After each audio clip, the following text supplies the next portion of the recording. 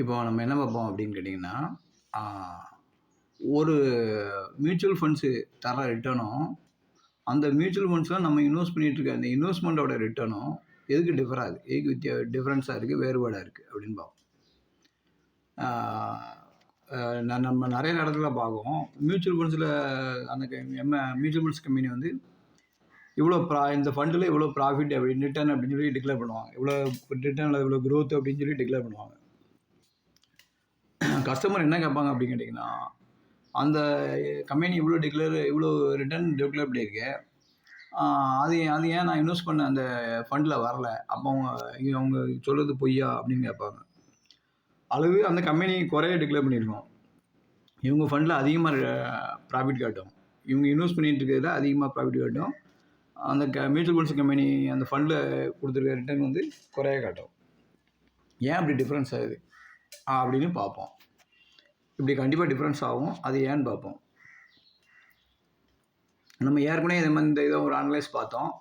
Nifty இருக்குது. நிஃப்டியில் வந்து நிஃப்டி வந்து 19,000 அந்த 19,996 தட் மீன்ஸ் 20,000 கிட்டத்தட்ட 20,000 இருந்துச்சு. அது 1 இயர் ரிட்டர்ன். அந்த 1 இயர் ரிட்டர்ன் பார்த்தீங்கன்னா, அந்த 1 இயர் ரிட்டர்ன் பார்த்தீங்கன்னா 24,852 இருந்துச்சு. அதாவது கிட்டத்தட்ட ஒரு 4,855 கிட்ட ரிட்டர்ன் காட்டியிருக்கு. அது இயர்லி கன்வெர்ட் பண்ணி பார்த்தீங்கன்னா 24.55% ரிட்டர்ன் கொடுத்துருக்கு.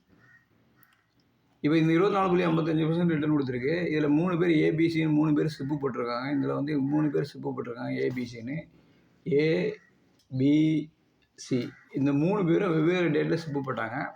ஆனால் ரிட்டர்ன் பார்த்தோம். நம்ம அதில் ரிட்டர்ன் பார்க்கும்போது பார்த்தீங்கன்னா 3 பேருக்கும் வெவ்வேறு பெர்சன்டேஜ் ரிட்டர்ன் கிடச்சி. ரிட்டர்ன் இவங்களுக்கு வந்து 27% கிடச்சி. இவங்களுக்கு 27.43, 27.18, 27.29 ரிட்டர்ன் கிடச்சி. ஒரே ஃபண்டில் தான் 3 இன்வெஸ்ட் பண்ணியிருக்காங்க. அந்த ஃபண்டு தர ரிட்டர்னோட இவங்களுக்கு கூட இருந்தால் கிடச்சிருக்கு. ஏன் அப்படி கூட கிடச்சி அப்படின்னு கேட்டிங்கன்னா, இந்த ஃபண்டு கால்குலேட் பண்ண ரிட்டர்ன் வந்து செப்டம்பர் 11, 2023 செப்டம்பர் 13, 2023 6 செப்டம்பர் 2024 வரைக்கும் கால்குலேட் பண்ணியிருக்காங்க. இந்த ஃபண்டு கால்குலேட் பண்ணது வந்து இப்படி கால்குலேட் பண்ணியிருக்காங்க. ஆனால் இந்த இன்வெஸ்டர்ஸ் பார்த்தீங்கன்னா ஒவ்வொரு மாதமும் வெவ்வேறு டேட்டில் இன்வெஸ்ட் பண்ணியிருக்காங்க. இவங்க வந்து 20,000 இன்வெஸ்ட் பண்ணியிருக்காங்க, 24,000 இன்வெஸ்ட் பண்ணியிருக்காங்க. ஃபஸ்ட்டு இன்வெஸ்ட்மெண்ட் வந்து 24,000 பண்ணியிருக்காங்க, 20,000 பண்ணியிருக்காங்க. அதாவது 19,996 பண்ணியிருக்காங்க. கடைசி இன்வெஸ்ட் பண்ணது வந்து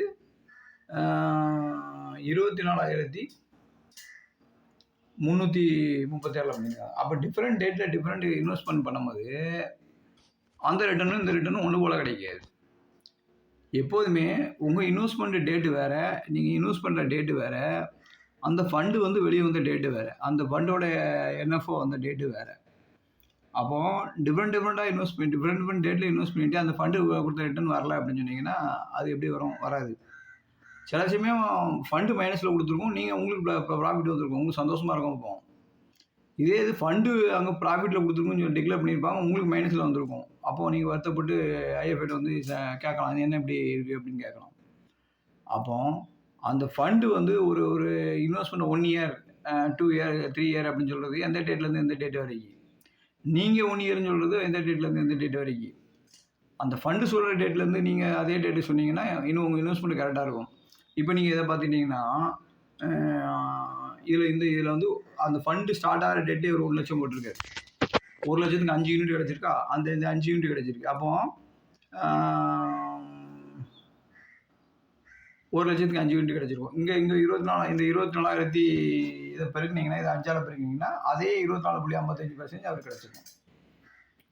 ஏன்னா அவர் ஒரு வாட்டி இன்வெஸ்ட் பண்ணி சும்மா இருந்துருக்கணும். அப்படி அதாவது ஃபண்டு என்எஃப்ஓ வர நேரத்தில் இன்வெஸ்ட் பண்ணிவிட்டு நீங்கள் பேசாமல் இருந்தீங்கன்னா அதே ரிட்டர்ன் கிடைக்கும் உங்களுக்கு. நீங்கள் ஊழலில் போடுறதோ, அடிஷனல் இன்வெஸ்ட் பண்ணுறதோ, அல்லது வித்ட்ராயல் பண்ணுறதோ, அல்லது ஸ்லிப்பு போடுறதோ அப்படி செஞ்சீங்கன்னா அந்த ரிட்டர்ன் வந்து மாறிடும்.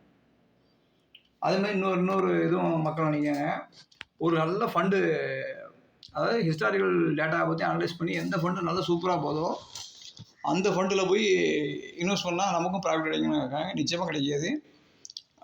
ஏன் கிடைக்காது அப்படின்னு கேட்டுக்கிட்டிங்கன்னா, இப்போ ஒரு ஃபண்டு வந்து 10 ரூபாய்க்கு வந்துச்சு, அந்த ஃபண்டு வந்து 25 ரூபான்னு ஆகிட்டு என்ன என்ஏவி வந்து ரூ. 25 ஆகிட்டு, அது ரூ. 15 கூட்டிட்டு நல்ல ரிட்டர்ன் கிடச்சிருக்கு.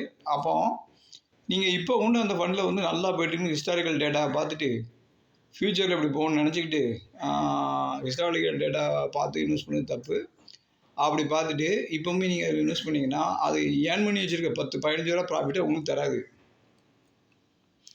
இப்போ நீங்கள் வாங்கும்போது இன்னொருத்தர் விற்கலாம், அல்லது உங்களுக்கு பதிலாக நீங்கள் இன்வெஸ்ட் பண்ணுறது மார்க்கெட்டில் போய் வாங்கலாம். அப்படி வாங்கும்போது ஹை வேல்யூ தான் வாங்கணும். அப்போ ஒருத்தர் அங்கே ப்ராஃபிட் புக் பண்ணுறாரு, நீங்கள் வந்து அவங்கள்ட்ட ஹை ரேட்டில் விற்றுட்டு போயிட்டார், அவர் ப்ராஃபிட் புக் பண்ணிட்டார். அந்த ப்ராஃபிட் உங்களுக்கு வரவே வராது. நல்ல க்ரோத் ஆகிருக்க ஃபண்டில் போய் நீங்கள் இப்போ பை பண்ணும் போது அந்த பழைய ப்ராஃபிட் உங்களுக்கு வராது. ஃப்யூச்சரில் அது ப்ராஃபிட்டும் தரலாம், லாஸும் தரலாம். ப்ராஃபிட் வந்தால் ப்ராஃபிட் கிடைக்கும், லாஸ் வந்தால் லாஸ் கிடைக்கும். அல்லது ஃப்யூச்சரோட ப்ராஃபிட்டோட இப்போ ஹிஸ்டாரிக்கல் ப்ராஃபிட்டோட ஃப்யூச்சர் ப்ராஃபிட் கூட கிடைக்கிறதுக்கும் வாய்ப்பு இருக்குது. அப்போது ஒரு ஃபண்டு நல்லா போயிருக்கு, அதை போய் வாங்குவேன், அந்த ப்ராஃபிட் எனக்கு வந்துடும் அப்படின்னு நீங்கள் நினைக்கிறது, ஒருத்தங்க நினைக்கிறது தப்பு. அதேமாதிரி ஒரு ₹10 வந்த ஃபண்டு ₹2 குறைஞ்சி ₹8 ஆகிட்டு, லாஸ் ஆகிட்டு, இந்த ஃபண்டில் போய் போட வேண்டாம் அப்படின்னு நினைக்கிறது தப்பு. இப்போ நீங்கள் அந்த ஃபண்டை ₹8 கொடுத்து தான் வாங்குவீங்க, ₹10 கொடுத்து வாங்கலை. அப்போ யாரோ ஒரு ஆள் ₹10 வாங்கிட்டு ₹10 வாங்கிட்டு உங்கள்கிட்ட ₹8 விற்றுட்டு போகிறாரு. அல்லது இப்போ மார்க்கெட் கம்மியாக இருக்கிறதுனால இப்போ நீங்கள் இன்வெஸ்ட் பண்ணுறது ஃபர்தராக அடிஷ்னல் இன்வெஸ்ட்மெண்ட் மாதிரி அந்த மியூச்சுவல் ஃபண்ட்ஸ் கம்பெனி நினச்சிச்சின்னா மார்க்கெட்டில் போய் வாங்கிச்சின்னா இன்றைக்கி லோ ரேட்டில் தானே பை பண்ணணும். அப்போ லோ ரேட்டில் உங்களுக்கு பை பண்ணும்போது உங்களுக்கு ப்ராஃபிட் கிடைக்கும். அந்த லாஸ் வந்து உங்களுக்கு வராது. நீங்கள் ஒரு மியூச்சுவல் ஃபண்ட்ஸை ஓடால போய் வாங்கும்போது அது ப்ராஃபிட்டில் இருந்தாலும் சரி, லாஸில் இருந்தாலும் சரி, நீங்கள் போய் வாங்கினீங்கன்னா அது ஏற்கனவே வாங்கி வச்சுருக்க ப்ராஃபிட் வந்து உங்களுக்கு வராது. அதே மாதிரி அது ஏற்கனவே வச்சுருக்க லாஸு, அது ஒரு ஃபண்டு குறைஞ்ச வச்சு அது லாஸ் ஆகிருந்துச்சுன்னா அந்த லாஸும் உங்களுக்கு வராது. ஃப்யூச்சரில் என்ன கிடைக்கோ அதான் உங்களுக்கு கிடைக்கும். அப்போ ஹிஸ்டாரிக்கல் டேட்டா வந்து அனலைஸ் பண்ணுறது அவ்வளோ தூரம் 100% அக்யூரசி கிடையாது. ஃப்யூச்சரில் என்ன நடக்க போகுது அப்படிங்கிறது தெரியாது. அதனால் ஒரு மியூச்சுவல் ஃபண்ட்ஸு ஃபண்டு கொடுக்குற ரிட்டனும் உங்களுடைய அந்த ஃபண்டில் நீங்கள் இன்வெஸ்ட் பண்ணியிருக்க ரிட்டனும் ஒன்று போல் இருக்காது. ஒன்று போல் இருக்கணும் கிடையாது. அப்படி இருக்கணும்னா நீங்கள் அதே டேட்டில் ஓப்பனிங் டேட்லேயே இன்வெஸ்ட் பண்ணிட்டு பேசாமல் இருக்கணும். உடலை ஃபர்தர் இன்வெஸ்ட் பண்ணுறதோ வித்ட்ரால் பண்ணுறதோ செய்யக்கூடாது. அப்படி பண்ணிங்கன்னா தான் மட்டும் தான் நடக்கும், இல்லாட்டி வித்தியாசமாக தான் கொடுக்கும். அந்த ஃபண்டோட ரிட்டர்னோட மியூச்சுவல் ஃபண்ட்ஸோட ரிட்டர்னோட நம்ம இன்வெஸ்ட்மெண்ட்டோட ரிட்டர்ன் கூட வந்தால் நமக்கு சந்தோஷம். நன்றி.